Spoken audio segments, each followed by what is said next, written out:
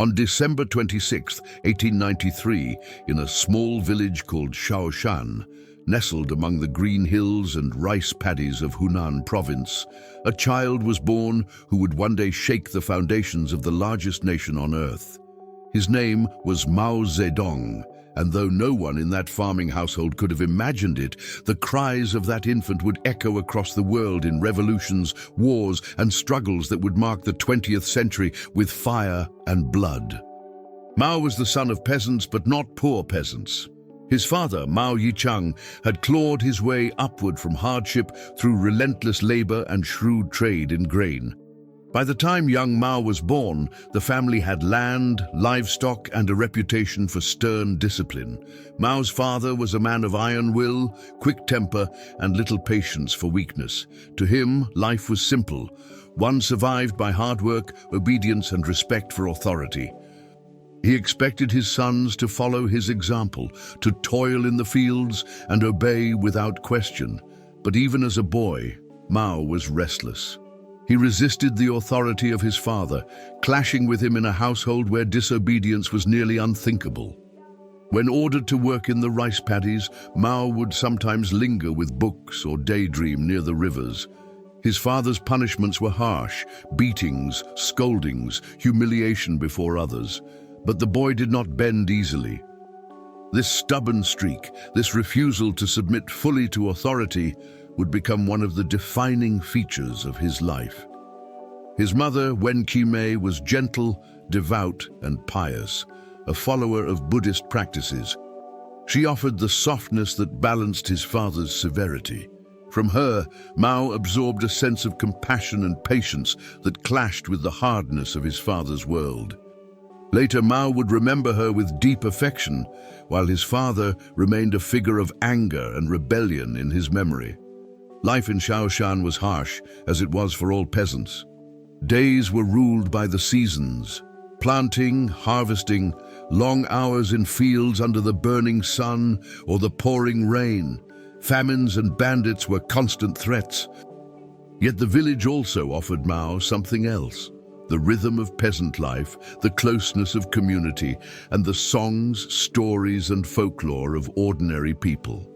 These would stay with him, shaping his sense of identity and fueling his belief, later, that the destiny of China rested in the hands of its peasants, not in the palaces of emperors or the mansions of landlords. When he was 8, Mao was sent to the village school to study the Chinese classics. Here he encountered the stern, centuries-old world of Confucian learning, memorizing ancient texts, reciting maxims of obedience, loyalty, and harmony. The dusty classroom, the endless repetition, the rigid discipline, Mao chafed under it. He found the Confucian emphasis on obedience suffocating, much like his father's authority at home. And yet, even as he rebelled internally, he absorbed the power of words, of history, of great men and their deeds. His young imagination caught fire with the idea that individuals could shape destiny, that history was not static, but alive with struggle. By his teenage years, Mao was reading voraciously, seeking works beyond the Confucian canon. He devoured Chinese historical romances, tales of rebels and wandering heroes who defied authority. He dreamed of becoming one of them. And as China itself convulsed, with the Qing dynasty crumbling, foreign powers carving the country into spheres of influence and rebellions breaking out across the land, young Mao sensed that the world outside Shaoshan was full of danger and possibility. One story from his youth became legendary. When his father, enraged by Mao's defiance, demanded that he obey or be punished, Mao is said to have stood his ground, refusing to bow. He declared that he would not be broken, that his life would be his own. In a society where filial piety was sacred, this was nothing less than shocking. It was the first spark of the rebellion that would burn through his entire life. Mao's childhood, then, was a battlefield between obedience and rebellion, tradition and change, submission and defiance. He was shaped by the fields of Shaoshan, by the blows of his father, by the kindness of his mother, and by the old books that whispered of glory and revolt. He was still only a boy in a remote village, but already the contradictions of his future were visible. The son of peasants who would one day claim to speak for them, the dreamer who would become a ruthless realist, the boy who resisted authority only to become, in time, an authority greater and harsher than any he had known.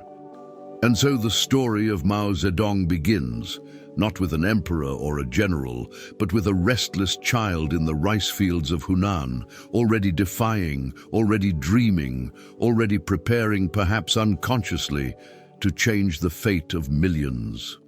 But how would this stubborn boy, trapped in the confines of a village, rise to command the destiny of China itself? In 1911, as the dying Qing dynasty trembled under the weight of corruption and rebellion, a teenage Mao Zedong left the narrow fields of Shaoshan for the broader world of Changsha, the capital of Hunan. For the first time, the restless boy stepped beyond his village, and what he saw ignited in him a hunger that would never be quenched. Changsha was a city in turmoil. Warlords, reformers, and revolutionaries filled its streets with debate and propaganda. Posters covered the walls, shouting calls for change. Students argued in tea houses about the future of China, whether the country should cling to tradition, embrace Western ideas, or carve a path of its own. For Mao, it was like stepping into a furnace of new possibilities. The rigid Confucian maxims of his village school suddenly seemed like relics from a crumbling age. Mao enrolled in a modern school, where the curriculum mixed traditional Chinese learning with Western science, history, and politics. Here, for the first time, he read about democracy, liberty, and revolution. He devoured newspapers and magazines, fascinated by stories of reform in Japan, by the French Revolution, and by American independence. His mind was opening to a world where authority could be challenged, and societies transformed by the will of the people. Then came the shock that shook China itself. The Xinhai Revolution of 1911, led by Sun Yat-sen, toppled the Qing dynasty. The empire that had ruled for over 2,000 years collapsed in a storm of mutiny and uprising. Mao, still only 17, joined a local militia. He drilled with other students, carrying a rifle, dreaming of glory in battle. Though he saw no major combat, the taste of revolution electrified him. The fall of the Qing convinced him that no power, however ancient, was permanent. Authority could be toppled. The world could be remade. But Mao's rebellion was not only political, it was personal. In Changsha, away from his father's punishing gaze, he began to craft his identity as a free man. He read voraciously in libraries, often standing all day because he was too poor to afford a seat. He copied passages of Rousseau, Montesquieu, and Adam Smith into his notebooks. He was fascinated by the stories of Napoleon, Lincoln, and George Washington. He even read Chinese translations of Darwin, absorbing the idea of survival through struggle. This flood of ideas filled him with contradictions. On the one hand, he admired the Western notions of freedom and democracy. On the other, he carried within him the fierce pride of a Chinese nationalist, determined that his country should never again be humiliated by foreign powers.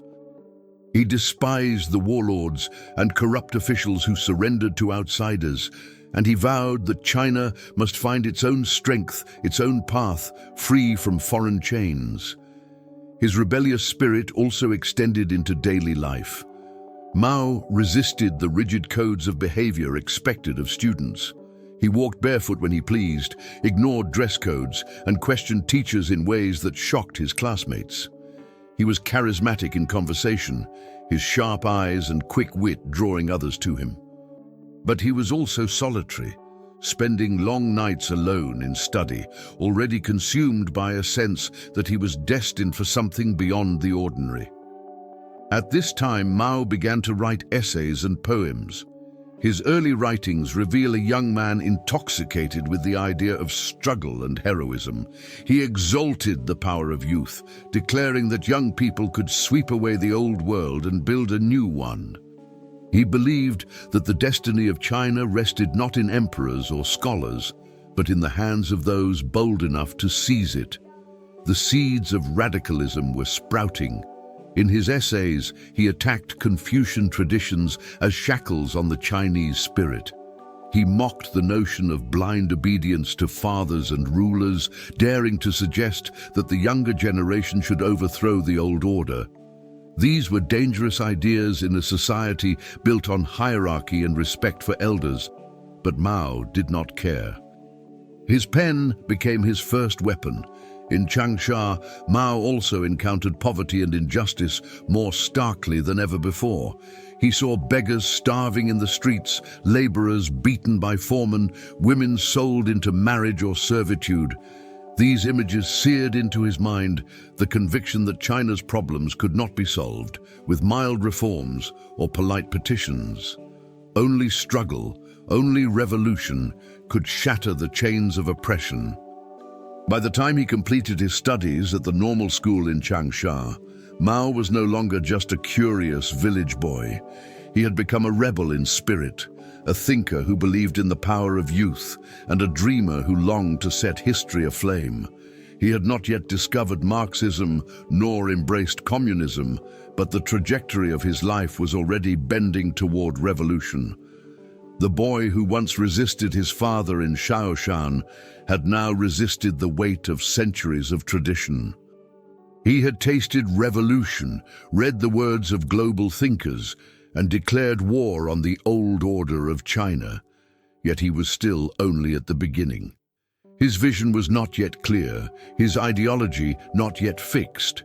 He was searching, experimenting, preparing himself for the battles ahead.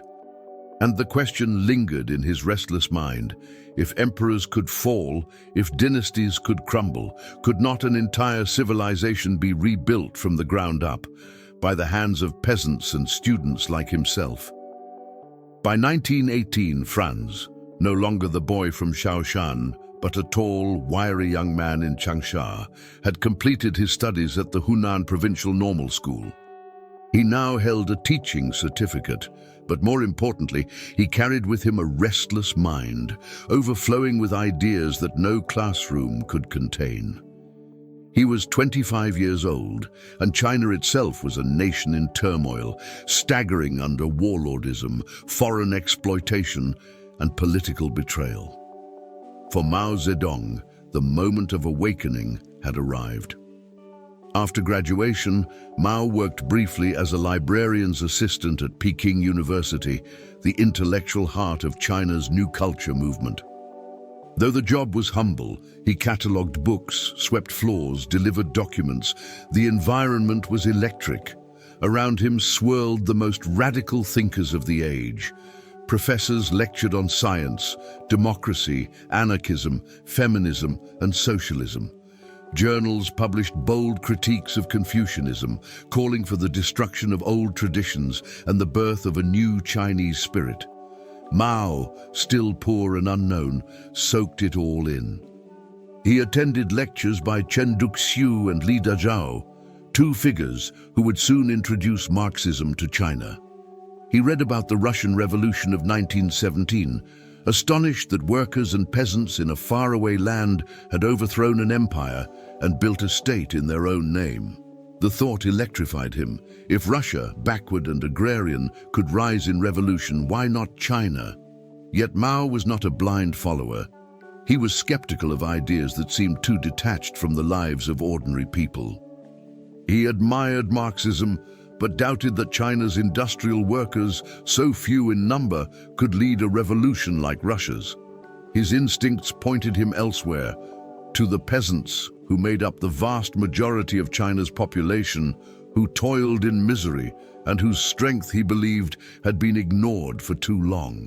It was an intuition that would one day reshape not only China, but the entire communist movement. During these years, Mao also wrote essays that revealed the emerging shape of his thought. In one, he declared that a revolution is not a dinner party, but a violent act, a storm that would sweep away the old and clear the ground for the new. He insisted that youth must lead the charge, that they must dare to smash idols and challenge authorities. He celebrated rebellion as virtue and obedience as weakness. In Changsha, Mao organized student groups, reading clubs, and societies for reform. He encouraged young people to read, to debate, to protest. He spoke with fire, and though his dialect was rough and his style blunt, his words carried the conviction of a man who believed deeply in the future he described. Students followed him not because he was polished, but because he was relentless. His personal life, however, was less triumphant. His first marriage, arranged by his father when he was only 14, had always been a hollow formality. Mao had refused to live with his bride, declaring that he would not be bound by feudal tradition. Instead, he remained focused on his studies, his organizing, and his growing revolutionary ambitions. The rejection of this arranged marriage was more than personal rebellion. It was a symbolic break with the old order that still chained millions of others. Meanwhile, China itself descended deeper into crisis. After the fall of the Qing dynasty, the promised republic had splintered into warlord fiefdoms. Foreign powers controlled ports, railways, and concessions, humiliating the nation. The Treaty of Versailles in 1919 handed German territories in China not back to the Chinese, but to Japan, igniting outrage. Protests erupted in Beijing and beyond.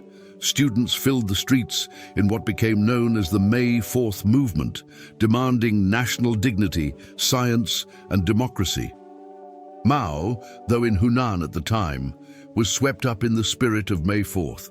He organized rallies, wrote fiery essays, and argued that the old ways had failed China utterly. To him, it was clear. The Confucian hierarchy had enslaved minds, the warlords had enslaved bodies, and the foreign powers had enslaved the nation. Only total revolution could bring freedom. By the early 1920s, Mao's path was converging with the rise of the Chinese Communist Party, CCP, founded in 1921 with support from Moscow. Though still on the margins, Mao quickly became involved in its activities, attending early meetings and helping to establish cells in Hunan. He was not yet the leader he would become, but he was already marked by a fierce independence. Where others quoted Marx and Lenin as scripture, Mao looked to the rice fields and villages of China, to the barefoot peasants who, he believed, held the true revolutionary potential. Thus, the awakening of Mao Zedong was complete. The boy who had once defied his father in Shaoshan, the student who had devoured Western and Chinese thought in Changsha, had now stepped onto the path of revolutionary struggle. His ideas were still forming, his power still small, but his conviction was absolute. China would rise, and he would be among those who carried the torch. The only question was, how? Through books and debates, or through blood and fire? By the early 1920s, Mao Zedong's destiny was no longer confined to the classrooms and libraries of Changsha or Beijing. He had tasted the ferment of the May 4th movement, studied the shockwaves of the Russian Revolution, and joined the embryonic Chinese Communist Party. Yet what set Mao apart from his comrades was not the slogans he repeated, but the battlefield he chose. While many intellectuals placed their hopes in students or the small industrial proletariat, Mao turned his eyes to the villages, to the millions of peasants bent beneath the weight of hunger and taxes. In their calloused hands and weary backs, he saw the future of revolution. In 1921, the Chinese Communist Party was founded in Shanghai with a mere handful of members. Mao, representing Hunan, was among them. The party was small, fragmented, and under constant threat from warlords and the ruling Kuomintang, KMT. But it carried the spark of something larger. To most, it was an experiment. To Mao, It was the beginning of an unstoppable storm. Back in Hunan, Mao began organizing peasant associations. He traveled from village to village, listening to farmers' grievances, the crushing rents owed to landlords, the endless taxes demanded by corrupt officials, the violence of local militias. He encouraged them to resist, to organize, to fight back. His writings from this period, especially his report on an investigation of the peasant movement in Hunan, 1927, revealed his radical insight that peasants, often dismissed as ignorant and passive, could be the most revolutionary class of all. A revolution, he declared, is not a dinner party. It is an insurrection, an act of violence by which one class overthrows another. Mao's words were not mere theory, they were calls to arms. Across Hunan, peasants rose in revolt, storming landlords' estates, seizing grain, smashing ancestral tablets, and demanding justice. For centuries, peasants had borne humiliation in silence. Now, with Mao's encouragement, they began to speak with torches and pitchforks. To the ruling elites, it was chaos.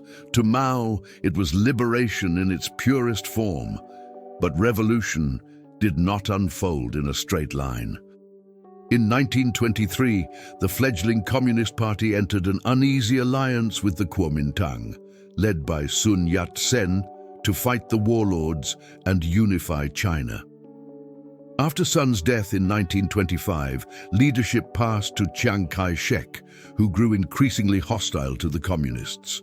For a time, Mao worked within the alliance, helping to organize workers' strikes and peasant protests under the banner of national revolution. He believed that peasants could strengthen the movement and turn it toward true social change. Then in 1927, the fragile alliance shattered. In what became known as the Shanghai Massacre, Chiang Kai-shek unleashed his forces against the communists, slaughtering thousands in the streets. Party members were hunted, arrested, executed. The dream of cooperation dissolved in blood. For Mao, the lesson was searing. Alliances were fragile, mercy was fatal, and revolution would survive only through ruthless struggle. Driven underground, Mao retreated to the countryside once more. There he began to assemble small bands of peasants and soldiers, forming the seeds of what would become the Red Army. His strategy was unlike anything his comrades in the cities imagined. While they clung to Marxist orthodoxy, waiting for the urban proletariat to rise, Mao carved out guerrilla bases in the mountains, arguing that China's revolution would be built not in factories, but in villages. It was a daring, unorthodox vision, mocked by many within his own party. Yet Mao had seen the fire in the peasants' eyes, the fury in their uprisings. He knew that their rage could topple empires. All they needed was leadership, organization, and the belief that history belonged to them. By the late 1920s, Mao was no longer just a student or a theorist. He was a revolutionary commander, moving through the hills and fields of Hunan and Jiangxi, pursued by enemies on all sides. He carried no illusions of peace. Revolution, he had come to believe, was war, pitiless, unforgiving, and soaked in blood. The path ahead was perilous. His party was fractured, his enemies powerful, his own survival uncertain. Yet Mao was convinced of one thing: history had chosen him, and through him, the peasants of China would one day rise to tear down the old world. But the question burned like fire. Could a movement born in villages, armed with little more than conviction and crude weapons, truly stand against armies, landlords, and the weight of centuries? By the end of the 1920s, Mao Zedong was no longer just a restless thinker from Hunan. He was a hunted revolutionary, living on the edge of survival. The Shanghai Massacre of 1927 had shattered the fragile alliance between the communists and the Kuomintang, and Chiang Kai-shek's forces were hunting down Mao's comrades with brutal efficiency. Many within the Communist Party believed the revolution was lost. Yet Mao, hardened by years of rebellion and guided by a vision that diverged from orthodox Marxism, refused to surrender. He retreated into the mountains of Jiangxi province, gathering a ragged band of peasants and soldiers who became the nucleus of the Red Army.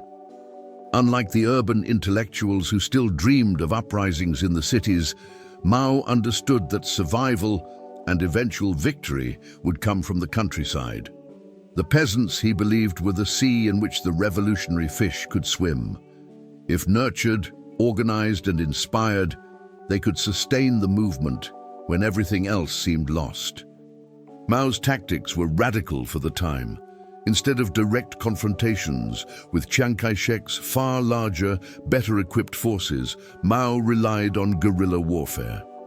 His soldiers struck quickly, ambushed supply lines, melted into the mountains, and returned to strike again. They built fortified villages in remote areas where land was redistributed, rents abolished, and peasants given a taste of the justice they had long been denied. These Soviets, as they were called, became laboratories of revolution. Yet even within the Communist Party, Mao faced fierce opposition. Many leaders in Shanghai and Moscow dismissed his peasant strategy as heresy.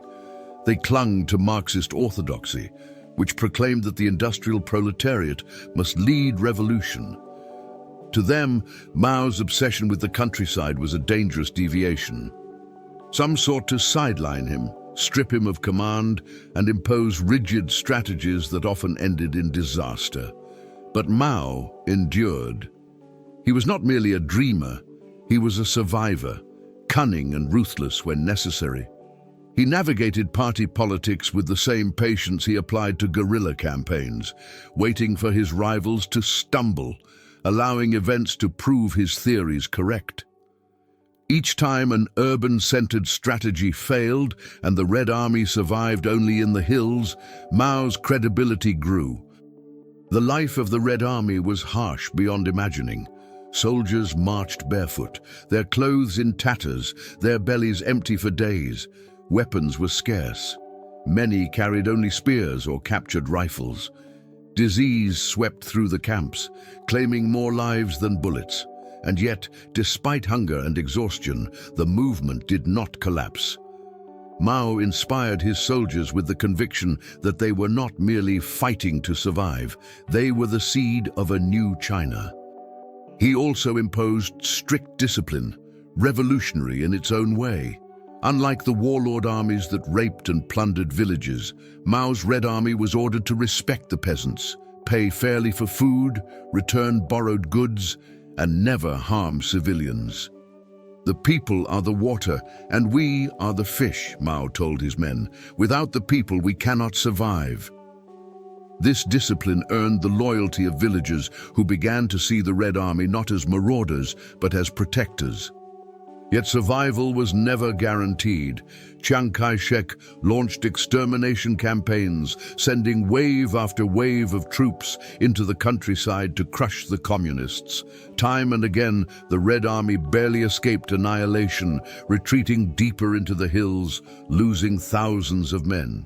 Each campaign was a trial by fire, and each one revealed Mao's resilience.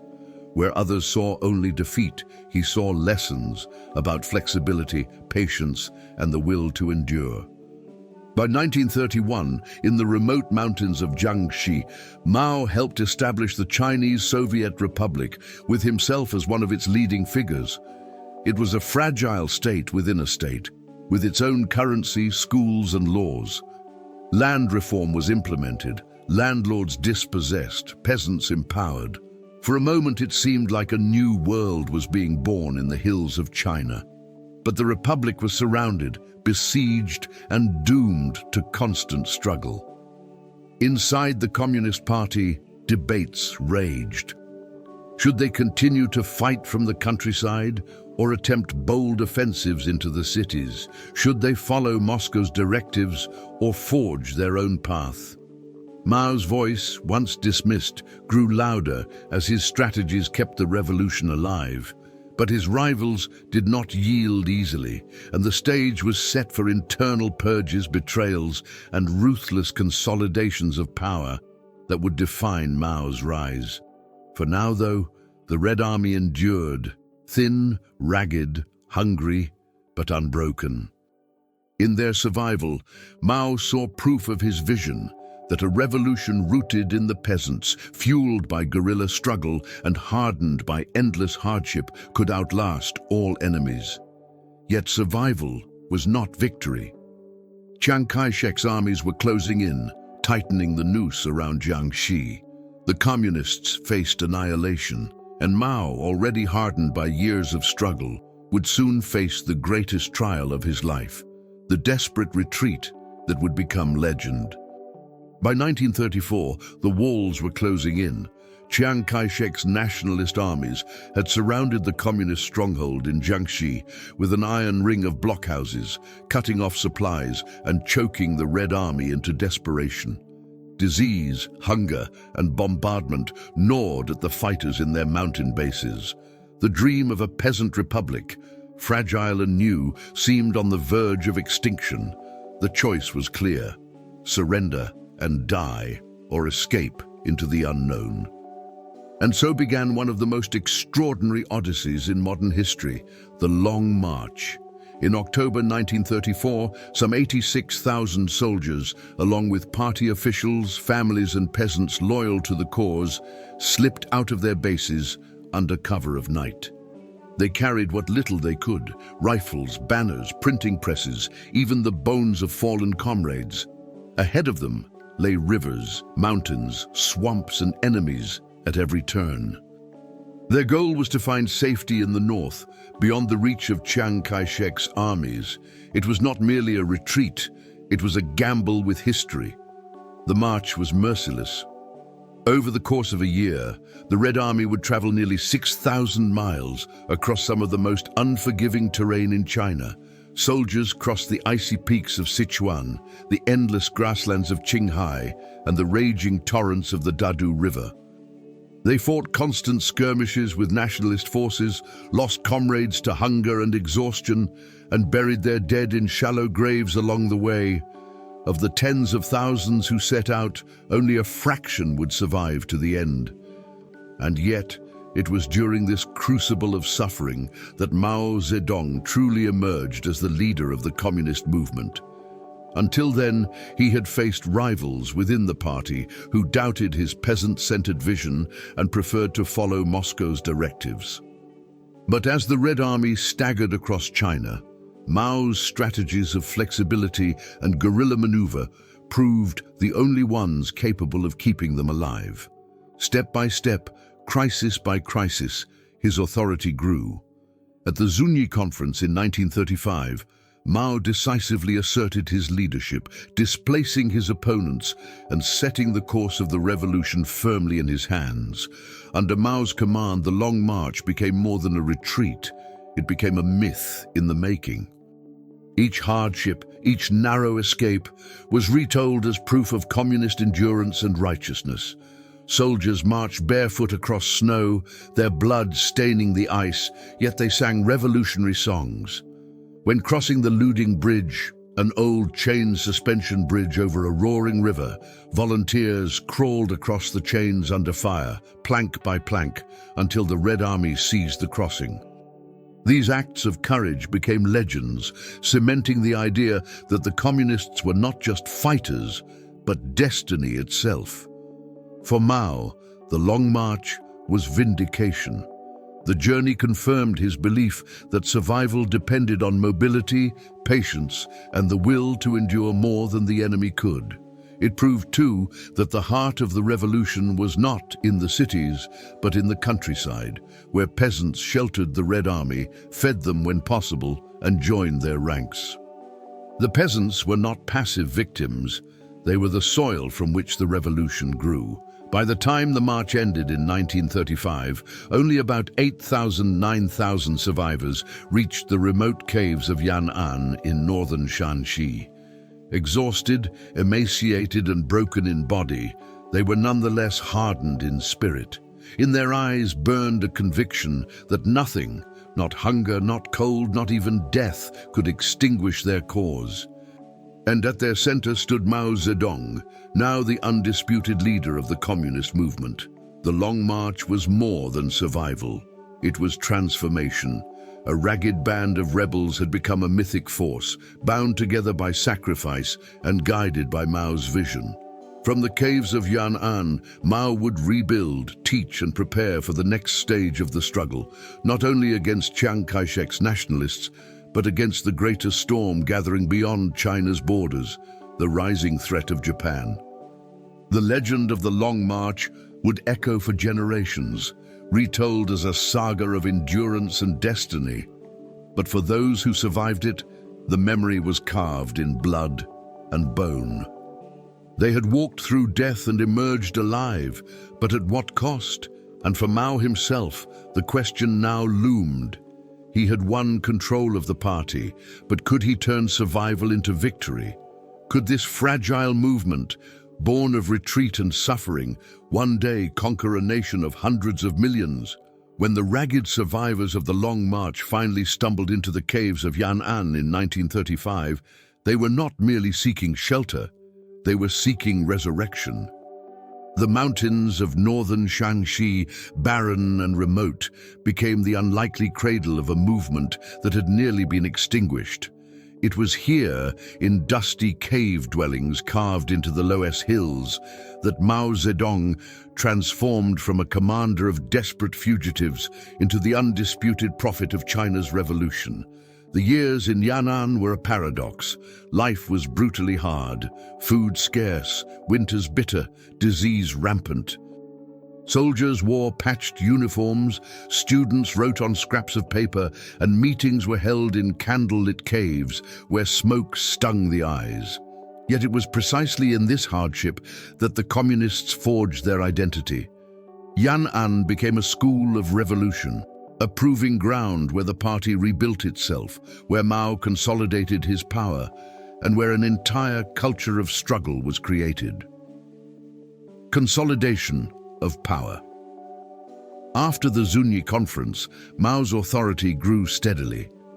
In Yan'an, he maneuvered with patience and cunning to eliminate rivals and impose his vision.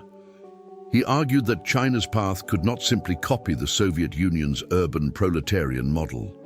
Instead, he placed the peasants at the heart of revolution, declaring that the countryside would surround and eventually capture the cities. It was a radical departure from classical Marxism, but Yan'an provided the laboratory to prove it. Through political purges, self-criticism campaigns, and relentless debate, Mao sidelined those who questioned him. Figures who once outranked him found themselves accused of leftist errors or rightist deviations, until Mao stood above all. By the late 1930s, there was no longer any doubt Mao Zedong was the supreme leader of the Chinese Communist Party. A new revolutionary culture, Yan'an, was not only a military base, but a cultural furnace. Writers, poets, and artists flocked to the caves, seeking to serve the revolution. Mao gave them a clear directive: art must serve politics.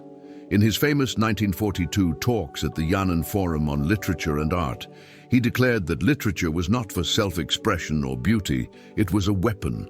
Every poem, every play, every painting must inspire the peasants and soldiers, must glorify struggle, must serve the party. The cave walls became canvases for revolutionary slogans. Songs were written to praise the Red Army and denounce landlords. Operas were reimagined with peasant heroes triumphing over oppressors. Even love stories were reshaped into allegories of sacrifice for the cause. For the first time, Mao was not only a political leader, he was shaping the cultural soul of his movement. Daily life in Yan'an. Despite the ideological fervor, daily life in Yan'an was marked by simplicity and austerity. Leaders lived alongside soldiers in caves, ate the same coarse millet, wore the same patched clothes. This created a sense of equality and shared sacrifice that contrasted sharply with the corruption of the nationalists in their cities. Visitors, Both Chinese and foreign were struck by the discipline, the unity, and the sense of purpose. Foreign journalists who made the arduous journey to Yan'an carried back stories of an ascetic leader who lived in a cave, read philosophy by oil lamp, and spoke with calm conviction about the future of China. To them, Mao appeared not as a warlord, but as a prophet, a man of destiny, guiding his people through hardship toward liberation. The war against Japan. In 1937, history handed Mao an opportunity. Japan launched a full-scale invasion of China, plunging the nation into the agony of the Second Sino-Japanese War. Suddenly, Chiang Kai-shek and the nationalists faced an existential threat. Under pressure, Chiang reluctantly agreed to form a united front with the communists against Japan. For Mao, this was a gift. The communists could fight the Japanese, gaining credibility as defenders of the nation while also expanding their base in the countryside. Guerrilla warfare against Japanese forces allowed Mao to refine his strategies: mobility, popular support, and relentless harassment of the enemy. Every skirmish, every ambush strengthened the bond between the Red Army and the peasants. Mao, the symbol. By the early 1940s, Mao was no longer just the commander of a guerrilla army. He had become a symbol, the embodiment of revolutionary China. In the eyes of his followers, he was teacher, general, philosopher, and poet. His writings circulated widely, studied as scripture. His sayings became slogans. His authority was absolute. Yan'an was harsh, but it was also intoxicating. To live there was to believe in destiny, to feel part of something larger than life, to see the outlines of a new world being born from caves and fields. For Mao, it was the perfect stage. From this barren soil, he cultivated not only an army, but a myth. Yet beneath the songs and slogans, the struggle was far from over. Japan's invasion raged on. Chiang Kai-shek's armies waited for their moment, and within the party itself, purges and suspicion brewed. Mao had secured Yan'an, but China was vast and power fragile. The question remained: could this cave-bound movement truly seize the throne of China, or would it remain forever an exile force at the edge of history? When the guns of World War II fell silent in 1945, China was a shattered land. Cities lay in ruins from Japanese occupation. Fields were scorched, millions were dead. But in the ashes, two forces stood poised to claim the future. On one side, Chiang Kai-shek's nationalist government, Kuomintang or KMT, recognized internationally, armed with foreign aid, and still seated in the great cities. On the other, Mao Zedong's Communist Party, hardened in the caves of Yan'an, fueled by peasant support, and led by a man whose vision had survived hunger, exile, and endless struggle. For a brief, flickering moment, there was talk of peace. Envoys from the United States urged Mao and Chiang to negotiate, to form a coalition government, to prevent China from plunging back into war. Photographs even captured the two men shaking hands, smiling stiffly, each masking his hatred behind the thin veil of diplomacy. But beneath the smiles, both sides prepared for the inevitable, the final struggle to determine who would rule China. The return of civil war by 1946, the truce collapsed. Skirmishes erupted, then battles, then full-scale war. Once again, China became a battlefield, but this time the balance of power had shifted. The Communists, once a ragged guerrilla force, now commanded vast swathes of territory across northern China. Their ranks had swelled to over 1 million disciplined soldiers and many more peasant militias. They were not merely surviving, they were advancing. Chiang Kai-shek, meanwhile, commanded larger armies, well-equipped and supported by American supplies. But his government was riddled with corruption. His officers enriched themselves while soldiers starved, and the people's trust in the nationalists crumbled. In the villages, peasants remembered who had reduced rents, who had shared land, who had fought the Japanese in the hills while Chiang's armies retreated, their loyalty tilted toward the communists. Mao's strategy of people's war. Mao understood that victory was not only about guns, but about legitimacy. While Chiang bombarded cities and relied on foreign aid, Mao mobilized the countryside. He promised land reform, empowering peasants to seize plots from landlords. He spread propaganda that painted the communists as the true sons of China, humble and incorruptible. His soldiers lived simply, treated peasants with respect, and followed strict codes of discipline. Militarily, Mao relied on patience and cunning. He avoided massive set-piece battles when possible, instead wearing down nationalist forces with ambushes, encirclements, and carefully chosen offensives. When the time came, he struck decisively, overwhelming his enemy with concentrated force. Slowly, relentlessly, the tide began to turn, the collapse of the nationalists. Between 1947 and 1949, the Red Army, now renamed the People's Liberation Army, PLA, won victory after victory. Entire nationalist divisions surrendered. Cities fell one after another: Shenyang, Tianjin, Beijing. Peasants cheered their arrival, welcoming them as liberators. Chiang's armies, plagued by low morale and dwindling support, crumbled under the weight of corruption and despair. In 1949, the final blows fell. Nanjing, the nationalist capital, was taken. Shanghai, the great cosmopolitan city, fell soon after. Chiang Kai-shek and his government fled across the strait to the island of Taiwan, carrying with them the remnants of the Republic of China. On the mainland, the stage was cleared for Mao Zedong. The birth of a new China. On October 1, 1949, in Beijing's Tiananmen Square, Mao stood before a sea of people and declared the founding of the People's Republic of China. His voice carried through loudspeakers across the square. The Chinese people have stood up. Well, for millions who had endured warlords, foreign invaders, famine and corruption, it was a moment of triumph, a promise that a new era had dawned. But beneath the celebration, questions lingered. Mao had won the throne of China, but at what cost?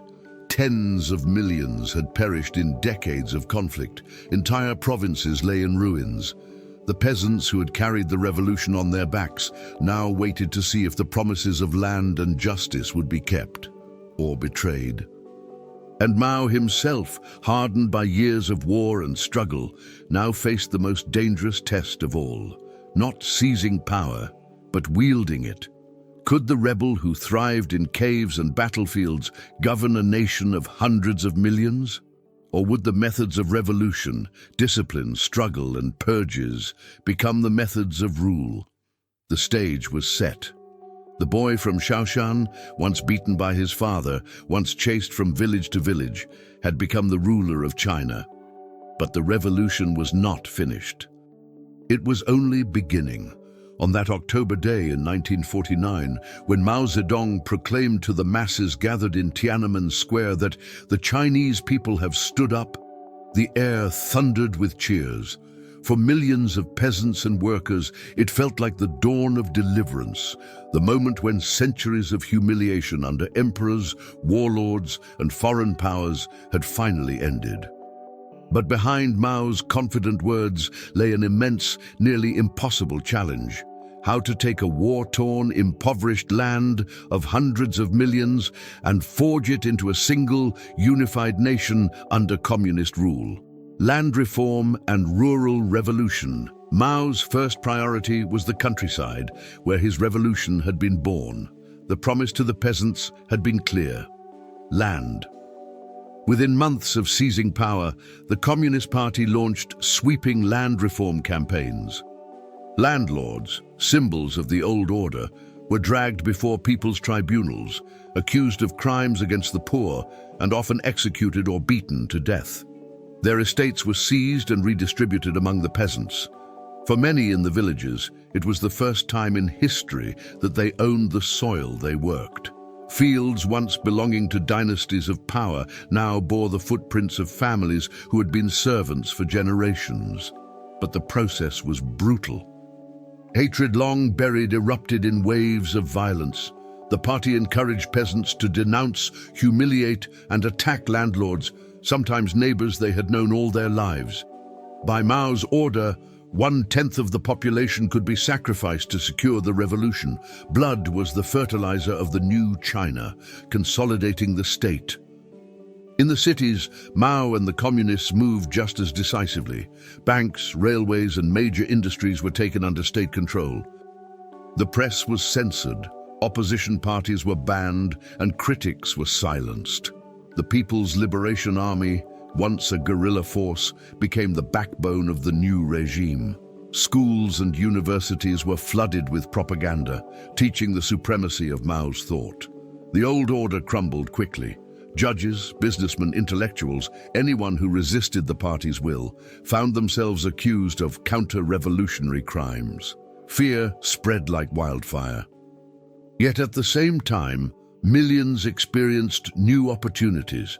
Women, once bound by feudal customs, were granted rights under the marriage law of 1950, which outlawed arranged marriages, concubinage, and child brides. Young women began to walk away from forced unions, emboldened by the protection of the state. The Korean War, testing the revolution. In 1950, barely a year after the People's Republic was declared, Mao's new order was tested by events beyond China's borders. War erupted on the Korean peninsula.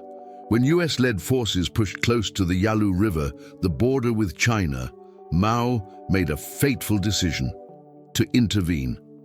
Hundreds of thousands of Chinese volunteers crossed into Korea, clashing with American and United Nations troops in brutal winter battles.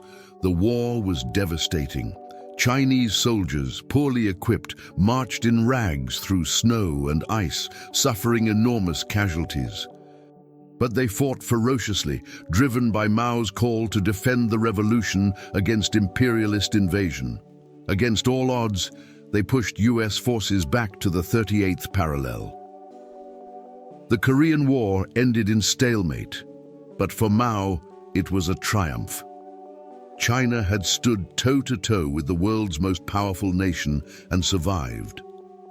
The new China was no longer a sick man of Asia. It was a force to be reckoned with. Cult of Mao. Meanwhile, inside China, Mao's image began to grow beyond that of a political leader. His portrait hung in every school, factory, and government office. His speeches were studied like scripture. His simple sayings were quoted by peasants and workers alike. The party promoted him as the infallible father of the nation, the genius whose wisdom guided every step. To criticize Mao was to risk being branded a traitor to the revolution. Yet Mao himself was restless. He was not content with merely rebuilding China. He sought to transform it entirely, to break not just landlords and capitalists, but the habits, traditions, and even the thoughts of its people. The old society was to be burned away so that a new one could rise in its ashes. Land reform and the Korean War had secured Mao's power, but they were only the opening act. Ahead lay campaigns of thought reform, purges of enemies, experiments in collectivization, and visions of economic miracles. Mao had seized China. Now he intended to remake it in his own image. But as he looked out over the vastness of his new realm, one question loomed. Could Mao's revolution build a paradise of equality, or would the methods of struggle and violence that had brought him to power consume the very people he claimed to liberate? By the mid-1950s, Mao Zedong stood at the height of his power. The revolution had triumphed, the People's Republic was secure, and Mao was celebrated not just as a leader, but as a living symbol of China's rebirth.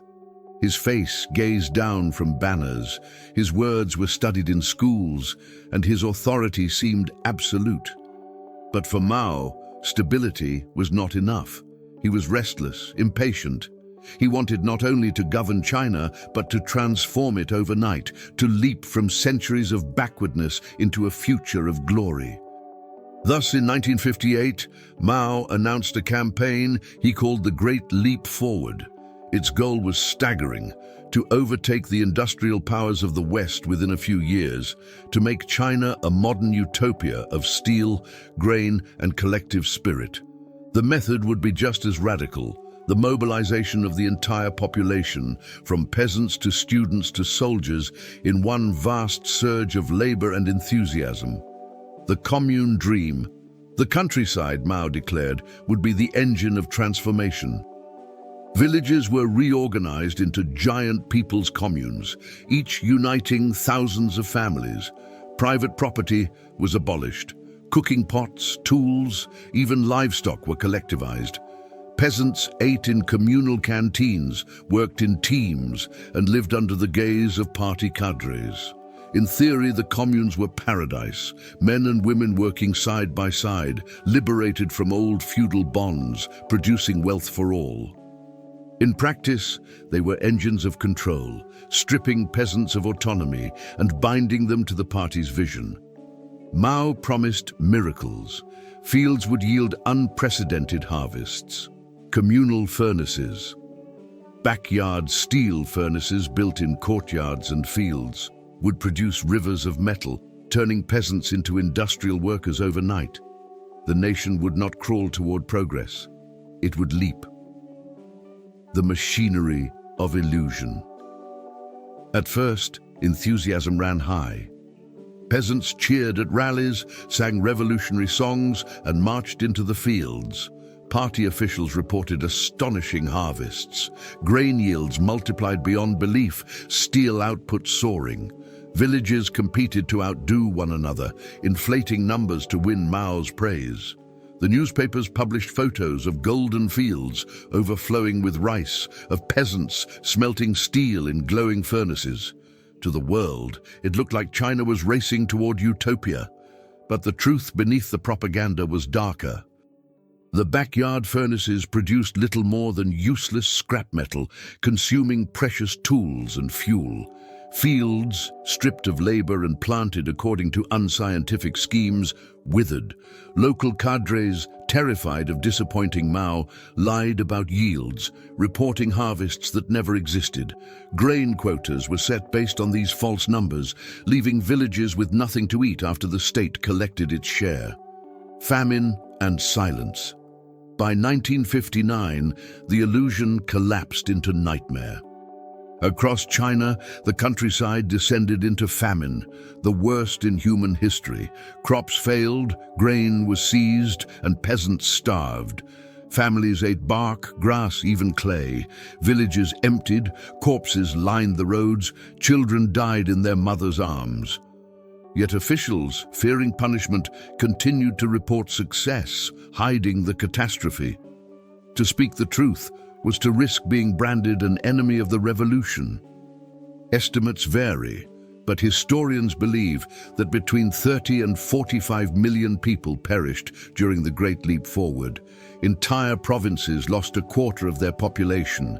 It was a calamity of unimaginable scale, a scar that still haunts China's memory. Mao under pressure. The famine did not leave Mao untouched. Whispers of discontent grew within the party. At the Lushan Conference in 1959, senior leader Peng Dehuai dared to criticize the policies, warning of the suffering in the countryside. Mao reacted with fury, accusing Peng of betrayal and aligning him with the enemy. He launched purges against those who questioned him, tightening his grip even as millions starved. Still, the disaster could not be hidden forever. By the early 1960s, pragmatic leaders like Liu Shaoqi and Deng Xiaoping quietly rolled back the communes, restored limited private farming, and stabilized the food supply. Mao stepped back from day-to-day governance, his aura of infallibility tarnished but not destroyed. He waited, watching, plotting. For Mao, the Great Leap Forward was not just a failed policy. It was a wound to his pride, a challenge to his vision. He had promised to leap into utopia and instead had plunged millions into the grave. Yet he refused to admit failure. Instead, he began to brood on the enemies within, on the dangers of revisionism, on the betrayal of those in his own party who sought to correct his path. The famine passed, but Mao's determination to reassert his authority only grew sharper. If the great leap forward had been his failed utopia, then the storm to come would be his revenge. The question now was chilling. If Mao could unleash such devastation in pursuit of progress, what would he unleash when his power was challenged directly? By the mid-1960s, Mao Zedong was no longer the untouchable giant he had once been. The catastrophe of the Great Leap Forward had shaken confidence in his leadership, and other party leaders, men like Liu Shaoqi and Deng Xiaoping, were quietly steering China back towards stability. Grain production recovered, limited markets returned, and cautious pragmatism replaced Mao's utopian zeal. To many, this was salvation. To Mao, it was betrayal. Mao feared not only the erosion of his policies, but the erosion of his revolution itself. He believed that capitalist roaders within the Communist Party were steering China toward the same corruption and inequality that had plagued the old order. In his mind, the revolution was not finished. It was always in danger, always on the brink of being stolen by hidden enemies. And so, in 1966, Mao launched a movement that would plunge China into chaos, the Great Proletarian Cultural Revolution. The call to youth. If Mao no longer controlled the party apparatus, he would seize the soul of the nation. He bypassed the bureaucracy and turned directly to China's youth. In a series of fiery declarations, he called on students to rise up against the revisionists in power. He urged them to smash the four olds: old customs, old culture, old habits, old ideas. His words lit a fire in millions of young hearts. Students poured into the streets, wearing red armbands that proclaimed them the Red Guards. They carried the little red book of Mao's quotations, reciting his words like scripture. To them, Mao was not merely a leader, he was a prophet, a savior, a living embodiment of revolution. With his blessing, they attacked teachers, humiliated officials, and destroyed temples, books, and relics of China's past. Schools and universities closed as classrooms turned into battlegrounds of ideology. Chaos unleashed. What followed was a decade of upheaval unparalleled in modern Chinese history. Party officials who had once been Mao's comrades were dragged before crowds, beaten, paraded with dunce caps, or imprisoned. Intellectuals were denounced as counter-revolutionaries and sent to labor camps. Ancient works of art, temples, and historical treasures were smashed in the frenzy. Families were torn apart as children denounced parents, students denounced teachers, colleagues denounced colleagues. Violence spiraled out of control. Red Guard factions turned on each other, accusing rivals of betrayal, clashing in bloody street battles. Entire cities descended into anarchy. Factories shut down, transport halted, the economy staggered. Millions were persecuted, countless lives were destroyed.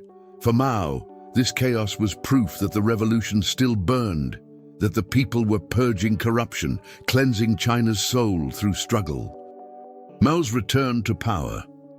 In the midst of the storm, Mao reasserted himself as the unchallenged leader. His rivals, including Liu Shaoqi, once considered his heir, were disgraced and crushed. Liu died in prison, denied medical care, broken and forgotten. Deng Xiaoping was exiled to labor in a tractor repair shop, only to rise again years later. Mao's enemies within the party were annihilated, and his cult of personality soared to unprecedented heights. The Little Red Book became a global symbol, waved by millions in mass rallies where Mao appeared, smiling faintly as oceans of worshippers screamed his name. Trains carried red guards across the country to spread Mao Zedong thought, turning the entire nation into a roving battlefield of ideology, the toll on China. But the cost was catastrophic. Education collapsed. An entire generation grew up without proper schooling, lost in the frenzy of political struggle. The economy stagnated, families starved, and cultural heritage centuries old was obliterated. Historians estimate that millions died during the Cultural Revolution, some executed, many driven to suicide, countless more destroyed by humiliation, imprisonment, and despair. Mao watched as the nation convulsed, sometimes encouraging the violence, sometimes reining it in when it threatened to spiral beyond his control. To him, the suffering was secondary to the preservation of his revolution and his power. He had once declared that a revolution is not a dinner party, and in the Cultural Revolution, he proved it again, unleashing a storm that consumed China itself. By the early 1970s, the fury began to cool. The Red Guards were disbanded, many sent to the countryside in rustication campaigns to learn from peasants. Mao, older and ailing, remained at the pinnacle of power, but the chaos he had unleashed left China scarred, traumatized, and weary. The Cultural Revolution had saved Mao's supremacy, but shattered the nation. It was his ultimate paradox. In the name of preserving revolution, he destroyed the very society he claimed to liberate. And as Mao aged, the question loomed larger than ever. When the man who had made himself the sun of China finally set, what would be left of the world he had created in fire and blood? By the early 1970s, Mao Zedong was no longer the vigorous revolutionary who had led armies across mountains and rivers. Age and illness gnawed at him. Heart disease, lung infections, even symptoms of Parkinson's left him frail, slurred in speech, sometimes unable to rise from bed. Yet even in decline, Mao clung to power with the same tenacity that had carried him from the fields of Shaoshan to the throne of Beijing. For Mao, to let go of power was to let go of life itself. A shifting world. The world outside China was changing. The Cold War had split the globe between East and West, but Mao no longer trusted even the Soviet Union, denouncing it as revisionist. Seeking to outmaneuver both superpowers, Mao made a bold and shocking move. He opened the door to the United States. In 1972, Mao met President Richard Nixon in Beijing. The photographs of the frail chairman shaking hands with the leader of capitalist America stunned the world. Mao, once the sworn enemy of imperialism, was now playing the great powers against each other, securing China's place on the global stage. At home, however, the wounds of the Cultural Revolution still bled. The nation was exhausted. Schools had been closed. The economy had stagnated. Millions had been persecuted. Even Mao's closest allies turned against each other in vicious struggles for succession. His wife, Jiang Qing, along with 3 other radicals, became known as the Gang of Four, wielding Mao's authority to continue purges and campaigns. Behind the scenes, moderate leaders like Zhou Enlai and the rehabilitated Deng Xiaoping maneuvered cautiously, waiting for the day Mao's grip would finally falter. The chairman's shadow. In his last years, Mao became almost spectral. A shadowy figure glimpsed in parades, wheeled out before the masses, his words broadcast in trembling whispers. Yet even diminished, his presence dominated China. Party officials trembled at the thought of defying him. The cult of Mao, built over decades, ensured that his authority lingered even as his body decayed. He watched allies fall. Zhou Enlai, his most loyal premier, died in January 1976, mourned by millions who crowded Tiananmen Square in grief. The mourning soon turned into protest as people vented their anger at the chaos of the Cultural Revolution and their desire for change. Mao, enraged, saw in this grief a challenge to his authority. Security forces crushed the demonstrations. Death of the Red Emperor. On September 9, 1976, Mao Zedong finally died in Beijing at the age of 82. The announcement plunged China into silence. For many, it was the end of an era.